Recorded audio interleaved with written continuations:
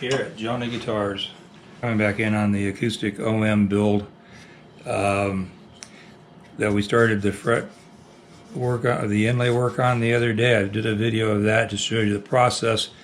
I now have them all inlaid and filled, and I'm just going to, a couple seconds, minute or something, showing you just, you know, flattening the whole fretboard. Now this fretboard does not have a radius in it yet, but just gonna run. This is a double cut file here on this block.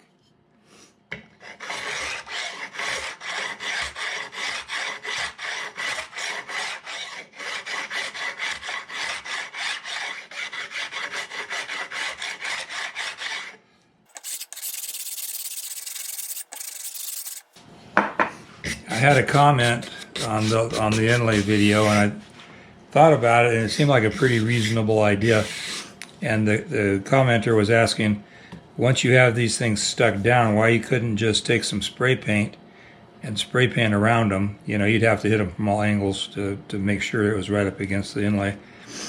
And I thought I might even try that on this, because I was up to about this point when I got the message. And so or the comment rather. So then I thought, well, I would try that. But when I thought about it, you know, I was already getting dust and stuff just sticking down into in the grain of the Wenge, because it's pretty deeply grained. If this were an ebony fretboard, I would try it just to see what it would, you know, what it was like. Okay, so that didn't take long with the double cut. I do also a single cut file that I use these for fretwork, fret ends mainly. So I'll rough cut with that and then final with that, and you can do the bevel. Anyway, so I also have a fresh 80 grit on here, which would make pretty quick work of this, I think. You do the fine file. It's not really doing anything.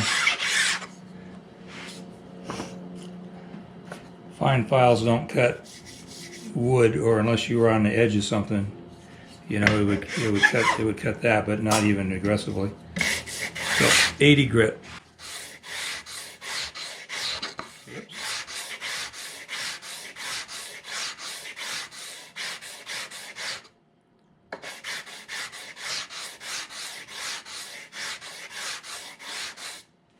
Pretty much cleaned up with all of that. Now I've still got to put the radius in here, so I'm not worried about making it perfect, because it's going to go down some. So there are a number of ways to do radiuses on fretboards. I already have video of my radiusing jig that I use. It also doubles as my truss rod jig. And so I have a couple different radiuses, 9.5 and a 12. Well, I don't have a 16 yet. So the other problem is that, you know, with this heel, you can't put it in my jig. The first two acoustic guitars, I did radius the fretboards and fret them before I glued them on. Now I did it this way this time because I was waiting for inlays to come in, and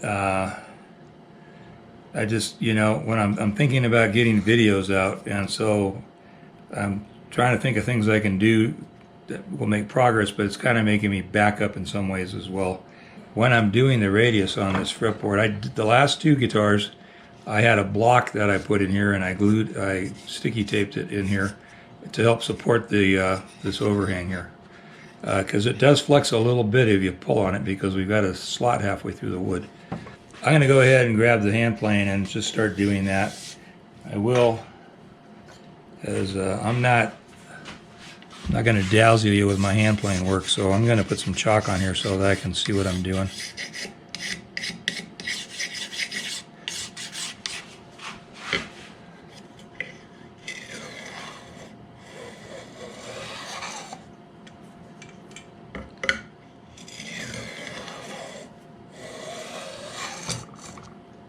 Grain direction is pretty important. It doesn't feel like it's cutting up the grain at this point, so we're probably okay.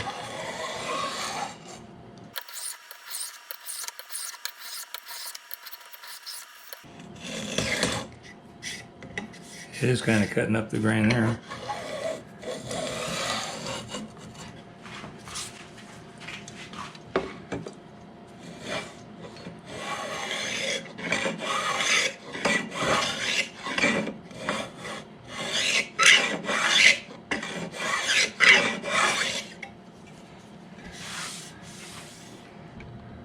So I'm very close right up here, right up in this range. It's a little off, but I won't have much to do with my sanding block. And then out here, of course, it's going to be higher. So I really could just take some more out on this end with the plane. And I'm just taking these fret slots. I finished the radius on the fretboard. I took it up to 180. And once I have the slots deepened, because this little piece of plastic leaves marks on the fretboard. So once I have that deepened, and once I have the little fret grooves widened a little bit, filed out at the top, then I'll take it to 220 and to 320, and that'll be good. So I have this little gauge here. I used to just take a piece of fret wire and bend it and file the barbs off, you know, to make sure things were deep enough for that fret in the slots, and that's a really good way to do it, except that you know, you just got to do that every time you do a fret job. This little thing fits all different radiuses, and it's got a couple lines on it. I'm just getting it just slightly below, I don't know if you can see that, I'm getting it just slightly below the second line with this cut. So I've already done the first 3, I think, maybe. I'll check it. Yep. And it's really pretty much there, just right out on the edges where I filed it down, sanded it down for the radius, is where it seems to be. Just deepen it out just a fuzz.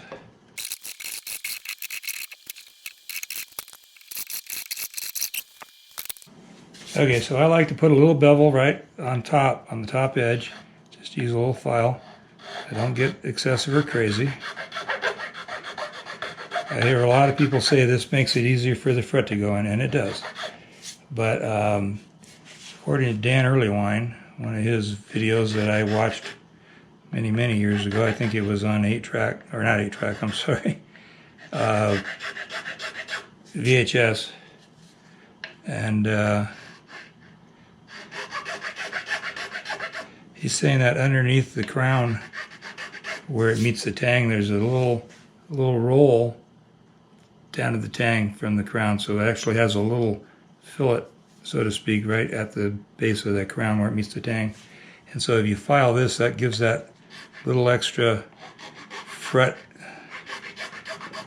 place to go and lay down nice and flat, and it does make a difference. Now I'm just prepping the board.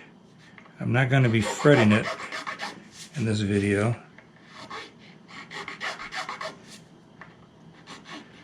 And I guess I'll video the fretting of this.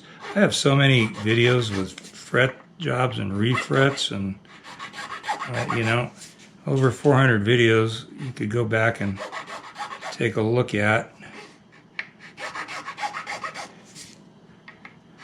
I think I've mentioned before, my older videos actually have more of a teaching content, or teaching, or what I would call, this is how I do it, kind of a video. Not that this is the only way to do it, or that you couldn't be taught by somebody else to do it.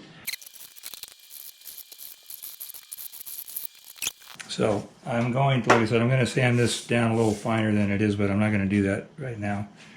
All right, so I've already marked my 3rd, my 5th, my 7th, my 9th, and my 12th, and then my 15 again here. So just using a rule here, centering rule, and so these slots are both on a 20, so I'll just mark the center. Over here, they're of course going to be shorter than 20, so about 18. And so on, just down the row here. Could also do this on a with a caliper, digital caliper with millimeters, because millimeters are pretty easy to divide. But I'm not actually doing any math here. Like, for instance, I don't even know if I'm in the camera anymore. I've got a 11, or I should say a 14 and a 14. So we can center that.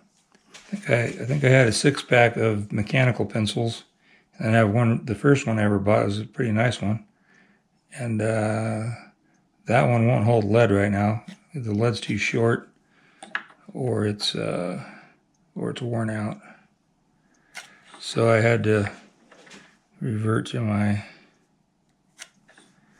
old school number 2 pencil. So I use a little guide when I'm doing this, and these are 2mm pearl dots, and this hole right here, this hole right here is right in the center of my fretboard. So I can just drill that. Now on my 12th fret, I just look at, I don't have like a standard number I use, and I do this constantly, and I don't know why. I've just never thought about it. 1/4 inch in from each fret would be too close in the middle, so let's look at 3/16 from each end. That looks pretty good. So a little mini square down here. This mini square, the line down here on the neck, allows me to see my hole here, where I have a center line marked, which isn't very clear. So I just clamp that on, drill the hole, clamp it on, drill the hole, and just work my way down the board. Just have to go set up a drill with a 2-inch or 2mm bit in it. All right, so now that drill is set up, flagged twice. If you get to the second flag, you're way too far. Okay, now you could clamp this on here, and it might not be a bad idea since the Wenge kind of has some, some grain in it that could divert your bit.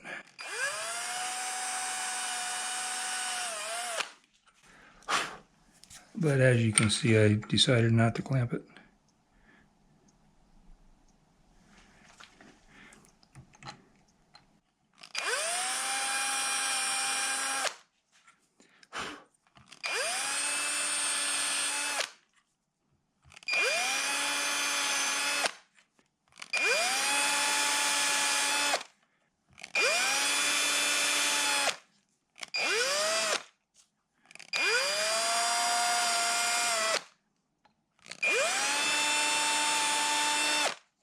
If I recall correctly, these things were pretty tight the last time I did this. Oh, that one just dropped right in. Take that back.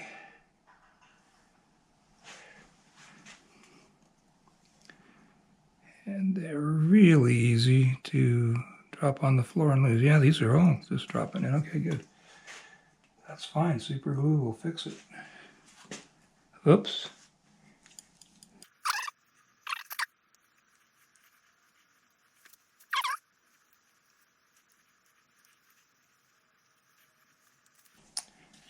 All right, a little super glue around that.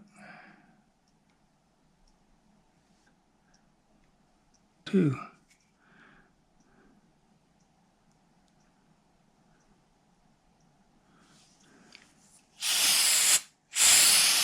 All right, I'm going to drill these out a fuzz. Oh, I almost blew that one out with the accelerator. I knew I had one that wasn't glued, I just didn't.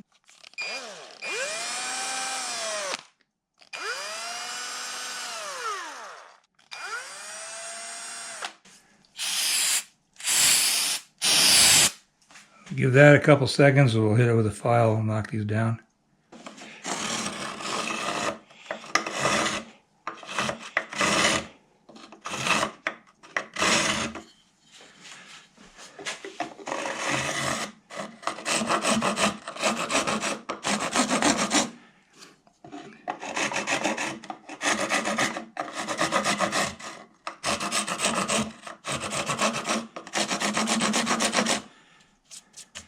All right, down to the fine file.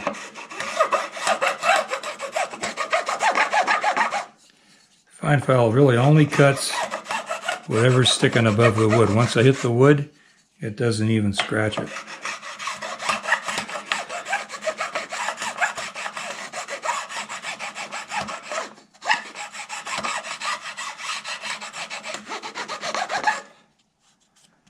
Okay, I'm pretty much down there.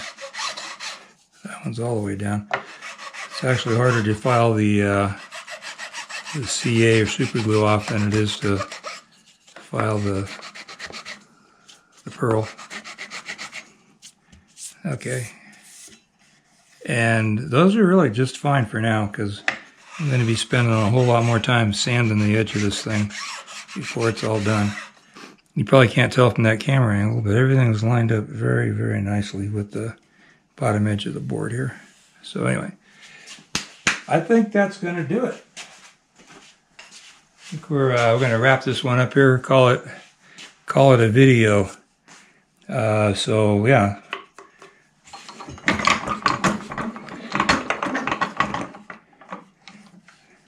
We finished off the inlay from last week's video. I'm going to go ahead and hit this with T20 and then 320. I might even go, hit it with the 600 Asolux. This gives it a really nice finish. Anyway, yeah, but that's going to wrap it up. Thanks a lot, folks.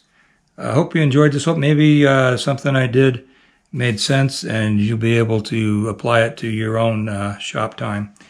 Take care.